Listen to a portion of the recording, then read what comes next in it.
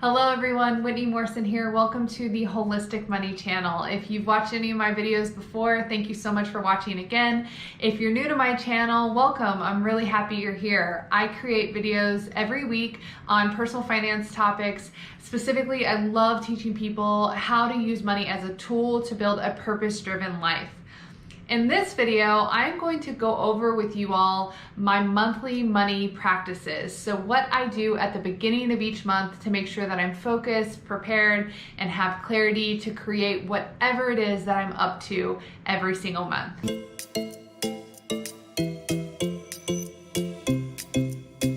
All right, before I jump into my monthly money practice, I want to tell you why I decided to add this into my life. And the reason is because at the beginning of every year, I was like probably most of you, and I would set financial goals for myself. I would set all kinds of goals, and financial was one of the goals that I would set for myself, like your New Year's resolutions. And what would happen is I would get 1 to maybe 3 months down the road if I was lucky, and I would track them and then I would just forget about them. And what I decided is that if I want to really achieve my financial goals that I set for myself at the beginning of the year, I need to have some kind of monthly practice where I set micro goals for myself that are in service of my larger goals. So what I decided to do was take everything that I had started in January and break it up over the year so I could track my progress and also set new challenges for myself each month. All right, so let's dive in. We are wrapping up the end of July and moving into August, so I'm just going to go through my money prep for the month of August. I personally love to do this on a desk calendar, so if you want to do it exactly the same way that I do, then I suggest ordering a desk calendar. If you're someone who prefers to do things digitally, you can definitely replicate this, but you're gonna have to customize it to a digital format because everything that I do is on my desk calendar. So the first thing I like to do is at the top of my desk calendar, I wanna write down my income goals. And whenever you're doing any kind of goal setting, it's important to do a couple things. One, you want to make sure that your goals are specific. It is very important that you don't just put like a goal of, hey, I want to make more money this month. We want to know exactly how much money you want to make in each different area of your life. So currently I have 3 different income streams. My first income stream is my guaranteed income stream, and I really can't do much there to increase my income unless I have a raise conversation, which I just got a raise, so I know that it won't be coming for another year. The second place that I make money is rental income, and the third place that I make money is through my side hustle, which is holistic money. So what I like to do with each of those goals is I like to go through and put specifically what I want to achieve that month. Now, it's really helpful if you have like a North Star goal. Like for example, I said a couple minutes ago that I like to base my monthly goals off of my annual income goals. But if you don't have those, then you can just start to set specific goals for that month.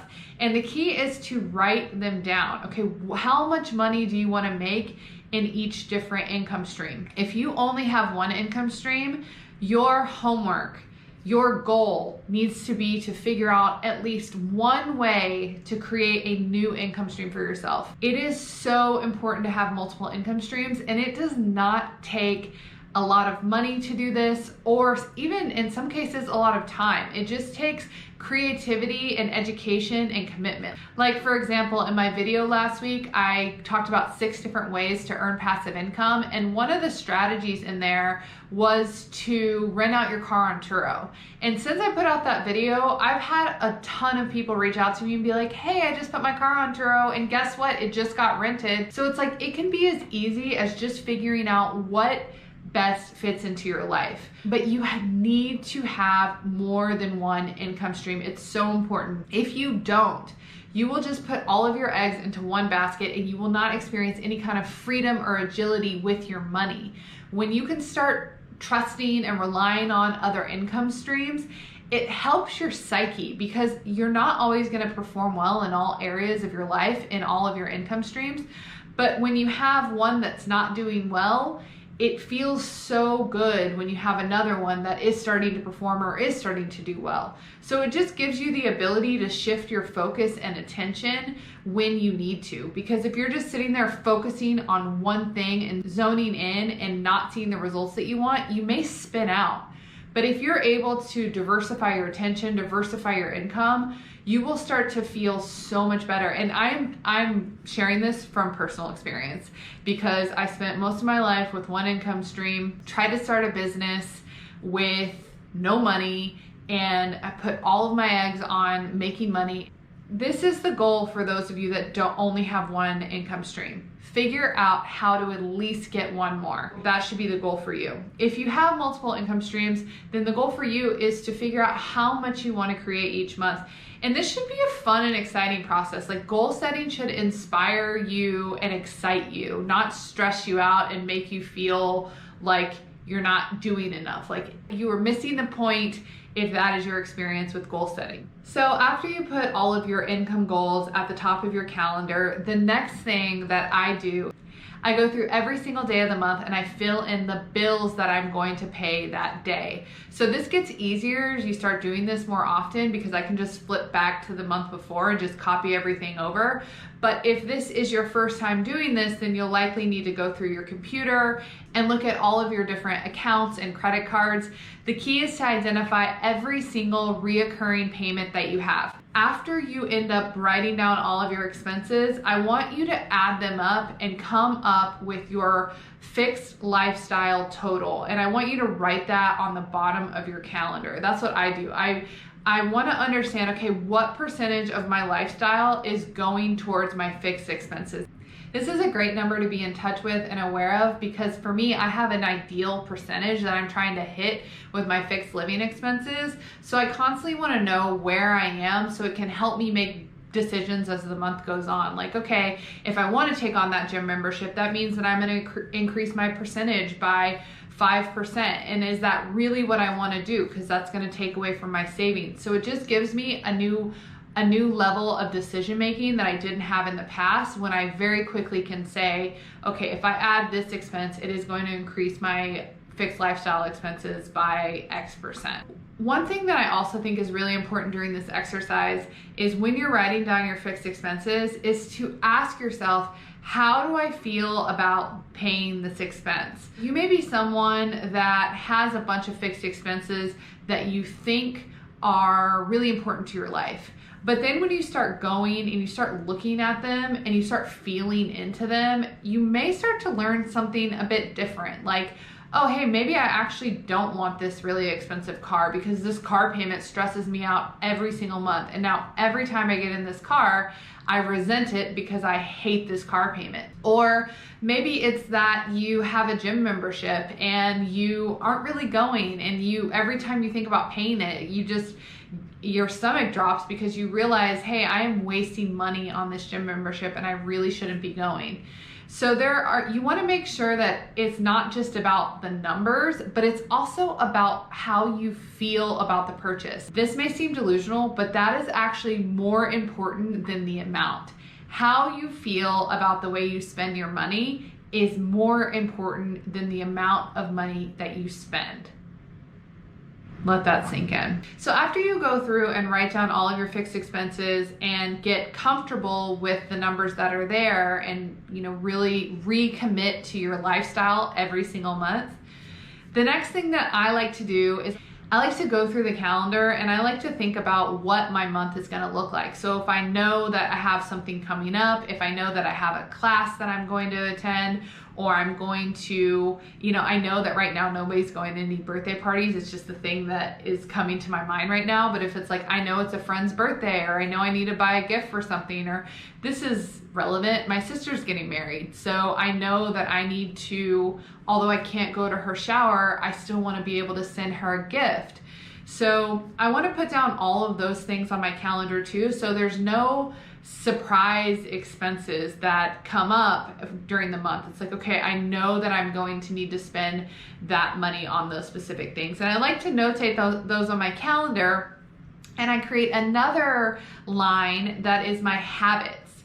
And that is where I add up all of those expenses on the calendar that I just mentioned. Okay, so at this point, you've added up all of your habits, all of the things that you know you're going to be spending your money on that are going on that specific month. And then you also have your fixed expenses, which I also call commitments, and those are your reoccurring bills, and you've added those up. So you have two numbers. So the next thing that I like to do is just add those two numbers up to come up with the amount of money I know that is coming out of my bank account this month, pretty much no matter what. And then I like to subtract that number from my income. And what that will tell me is how much money I should have left over to do things like live my life or save or invest. If you have automatic saving contributions or automatic investing contributions, I suggest actually putting those on your calendar and including that in your fixed expenses. Now, with whatever is left over, this is where you have a lot of power to start making decisions around how much money you want to spend where. And this is actually a great introduction into my money mapping process. So for those of you that know me, you know that budgeting is not something I've ever been good at. As a matter of fact, I tried to budget for a good portion of my life, but I just was never able to stick with it. It took way too much time. It took way too much effort and categorizing, and I just wasn't organized enough to be able to figure out how to merge this spreadsheet with the decision I was trying to make when I was at HEB trying to buy groceries. Like, I needed feedback in the moment to let me know if I have enough money in my bank accounts to actually buy the groceries that I am about to buy. So what I did is I created a system called money mapping, which is just taking all of the work that you traditionally do in your spreadsheet and transferring it into simplified, organized spending categories. So instead of managing 10 to 15 different categories, you actually only manage 3, which are the 3 that we're talking about now. Your lifestyle, which is made up of your commitments and your habits, your saving and your investing. And so those are really your main buckets. Now, the money mapping system is awesome because it gives you spending percentages and targets for every single bucket. So it gives you a lot of feedback to let you know, okay, how is it that you're doing? But for a beginner, someone who's just getting used to their money practice, I think it's really fine for you to just stop there and plan to attend my money mapping training, where I actually will teach you how to set up your bank account structures to match the work that you're doing on your monthly planning through your calendar. So after I have my numbers, so I have my habits number, which doesn't include all of my monthly habits. It just includes all of the things that I know that I'm going to spend money on that are kind of like splurge expenses. And I also have my commitments, and then I have some amount of money left over that I can spend throughout the month. And it's a really great practice to get in monthly. I suggest leaving this calendar on your desk so you can reference it throughout the month. And you can continue to remind yourself of your financial goals and your spending goals. All right, guys, thank you so much for watching this video. I hope you're able to join me in my money mapping training, because we're gonna take this money prep video one step further into actually mapping everything that we've done on your calendar into a plan for your financial life. It's a super cool system. I hope everyone has a great week. I hope to see you back next Monday. If you haven't already, please like, subscribe, and comment below. Tell me a little bit about what you do in your money practices. I would love to know that. And we will talk to you soon.